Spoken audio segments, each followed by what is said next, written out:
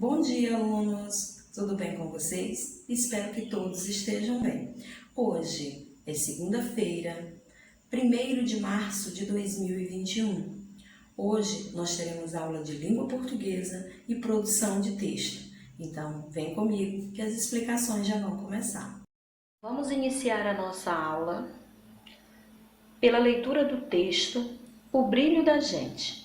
Portanto, abram o livro de vocês na página 7.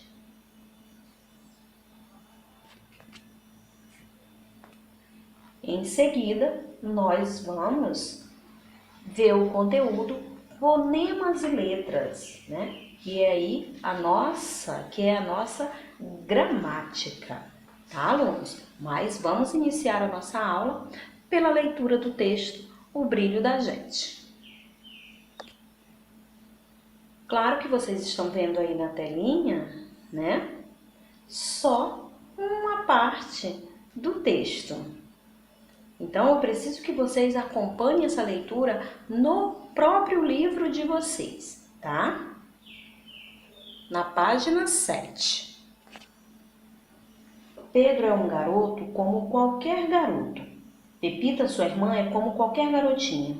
Como todas as crianças, são bastante curiosas. Viviam perguntando coisas um ao outro, cheios de dúvidas. Uma noite, os dois estavam brincando no quarto, até chegar a hora de dormir, quando de repente entrou pela janela um vagalume. Pepita arregalou os olhos e gritou: "Olha um vagalume!" Pedro arregalou os olhos também. Fazia tempo que eles não viam um vagalume. Ficaram feitos bobos, espiando o inseto voar para lá e para cá, no quarto. Pepita deu um pulo e apagou a luz para ver melhor o vagalume. Ele nem ligou. Ficou piscando, acendendo, apagando, acendendo e apagando. Os dois irmãos davam risinhos, porque o vagalume, quando apagava, sumia, depois para acender e aparecer nos lugares mais inesperados. Uma vez acendeu bem no nariz de Pepita, que ficou vesga para poder vê-lo, o que fez Pedro rolar no chão de tanto rir. Não demorou muito e Pepita perguntou: "Pedro, por que o vagalume brilha?" "Vai ver, ele tem uma pilha dentro." Foi então que ouviram uma voz fina: "Não diga tolices, menino. Vagalume brilha? Por que brilha?" "Quem falou isso?" perguntou Pedro. "Sei lá", respondeu a irmã. "Fui eu", falou a voz fina. Pedro acendeu depressa a luz, pensando que era a mãe deles, que tinha entrado no quarto sem ser vista, mas só os dois estavam ali. "Ué", falou Pedro, "não tem mais ninguém aqui, só a gente, só vocês e eu, o vagalume que lhes fala", disse o inseto, fazendo uma pirueta no ar. Passando para outra página. "O vagalume!" exclamaram os irmãos ao mesmo tempo. "Mas vagalume não fala", disse Pedro desconfiado. "Ah, é", retrucou o bichinho. "O que você acha que estou fazendo agora?" Pedro já ia começar uma discussão com o vagalume, quando Pepita, que não queria nem saber se vagalume fala ou não, foi logo conversando com ele. "Vagalume, por que você brilha?" "Já disse", respondeu o vagalume, "brilho porque brilho, ora." "E quem sabe? E quer saber de uma coisa? Você e seu irmão brilham também." "Como assim?" perguntou Pepita. "Olhe para seu irmão", mandou o vagalume. "Você não vê o brilho dele?" Pepita olhou para o irmão e deu a rir, né? Deu de rir até ficar roxa. "Qual é a graça?" perguntou Pedro. Pepita controlou o riso e disse: "É que eu imaginei você para lá e para cá com o bumbum acendendo." Os três caíram na gargalhada. "Ah, como é bom rir!" falou o vagalume. "Ajuda a gente a brilhar mais." Mas que história é essa de gente brilhar? Perguntou Pepita. O vagalume respondeu: todos nós brilhamos. Uns brilham mais, outros brilham menos, né? Mas todos brilham. O rostinho de Pepita se iluminou. Ela deu um pulinho e perguntou-lhe: eu brilho mais? Claro, disse. Você brilha muito. Sabe o que é? Todos, quando nascem, têm um brilho. Esse brilho acompanha vocês a vida toda. Os dois sentaram no chão e ficaram prestando atenção ao vagalume. Esse brilho não é a vida, continuou ele, mas vem com a vida. Quanto mais a gente aprende a viver, mais a gente brilha. Aí é uma história do Júlio César Pereira, tá, alunos? Que fala o brilho da gente. O que nós entendemos aí? Que cada pessoa nasce com um brilho. Você tem a vida inteira para você brilhar de diversas maneiras. Claro que não é um brilhinho piscando o tempo todo igual do vagalume, mas sim nas suas atitudes, né? Com as pessoas, de respeito, de gratidão, né? De amizade, de solidariedade. É isso que faz você brilhar, de honestidade, né? Da capacidade de perdoar, de ouvir. Então isso faz você uma pessoa diferente, isso faz você brilhar, tá, alunos? E aí no livro de vocês, ainda na página 8, tem o vocabulário, que diz: arregalou, abriu muito os olhos, espiando, observando secretamente, depressa, de maneira apressada, rápida, ligeira, pirueta, giro sobre um dos pés, salto, retrucou, replicou, retorquiu, opôs, argumento e argumento, tolices, qualidades de tolo, asneiras, desconchavos, bobagens, vesga, que sofre desvio de um ou ambos os olhos. Ok, alunos? E aí, como é de costume, né? Como todos vocês sabem, tem a interpretação desse texto, tem o estudo do vocabulário, que vocês vão responder aí no livro de vocês na página 9, onde vai ter aí, na página 9, o estudo do vocabulário. Então, tudo que você vai responder nessa página 9 está relacionado somente ao vocabulário, ok? Leiam com atenção e respondam. A página 10, trabalhando o texto. Quando fala trabalhando o texto, a gente vai se basear somente no texto, tá? Se necessário, leiam novamente para que vocês possam responder, ok, alunos? Então, não deixem de fazer a leitura, né, e responder aí as perguntas sobre o texto. Também é só uma página, bem curtinha essa interpretação do texto, certo? Então, boa interpretação aí para vocês.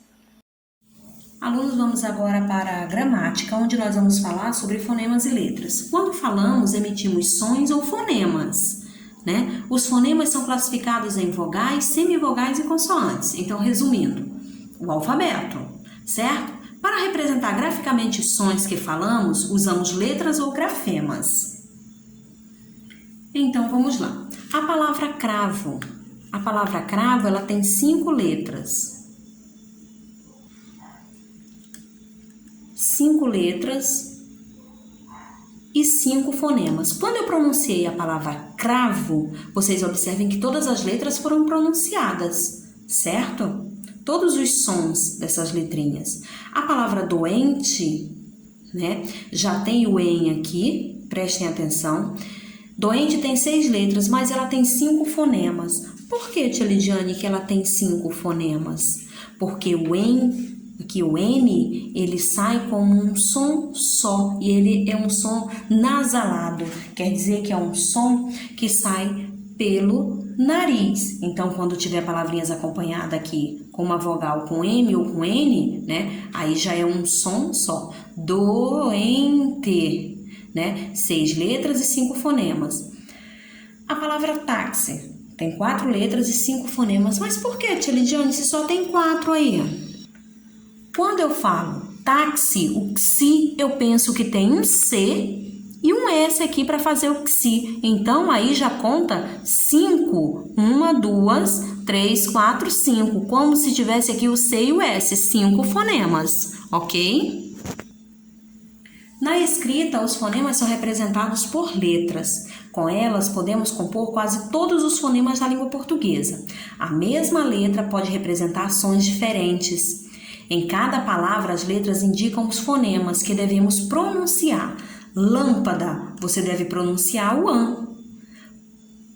Pá, você pronuncia o a com mais intensidade. Dá o a. Então, lâmpada. Olho, né? Olho.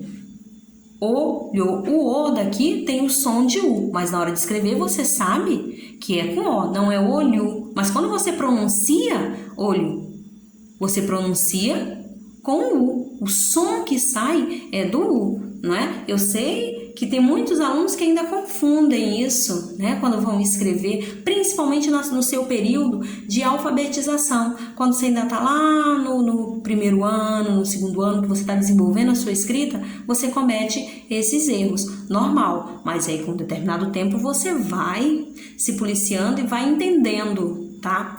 Essa parte, certo? Que a escrita é uma, o som muitas vezes é outra, ok? Grafemas ou letras. Grafema ou letra é a representação gráfica de forma aproximada do fonema. A craseado, e an.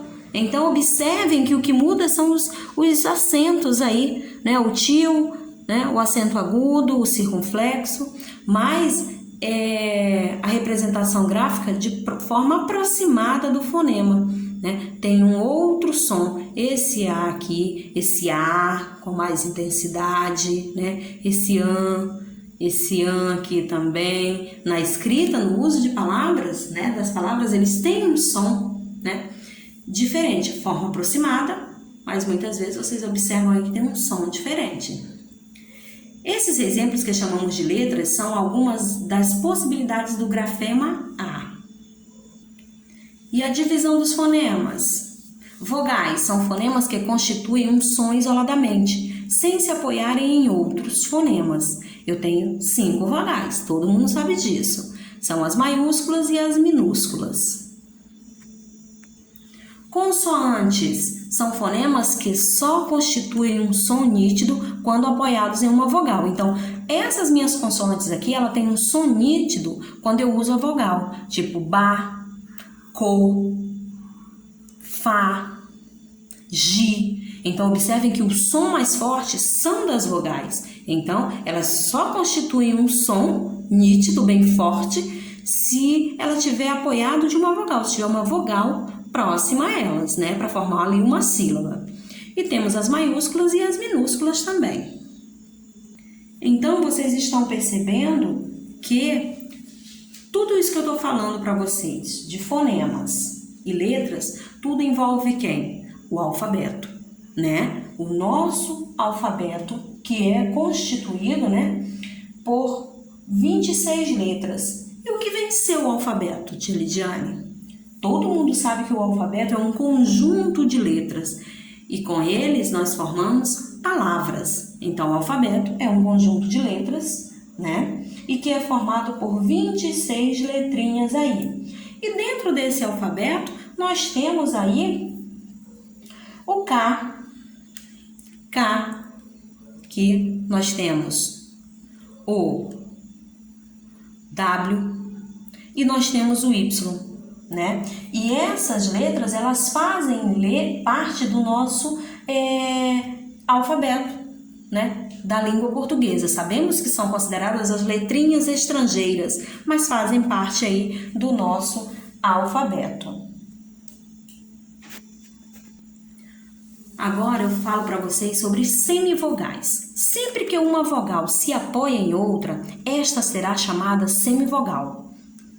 O I e o U podem ser muitas vezes consideradas semivogais. O E e o O, quando tem o som de I e U, também são consideradas semivogais. No livro de vocês vai ter várias palavras, aqui eu coloquei algumas para vocês entenderem vogal e semivogal. Então, quando eu falo a palavra caixa, observem, caixa, o A foi falado com mais intensidade. Então, o A é a vogal, o I é a semivogal, certo?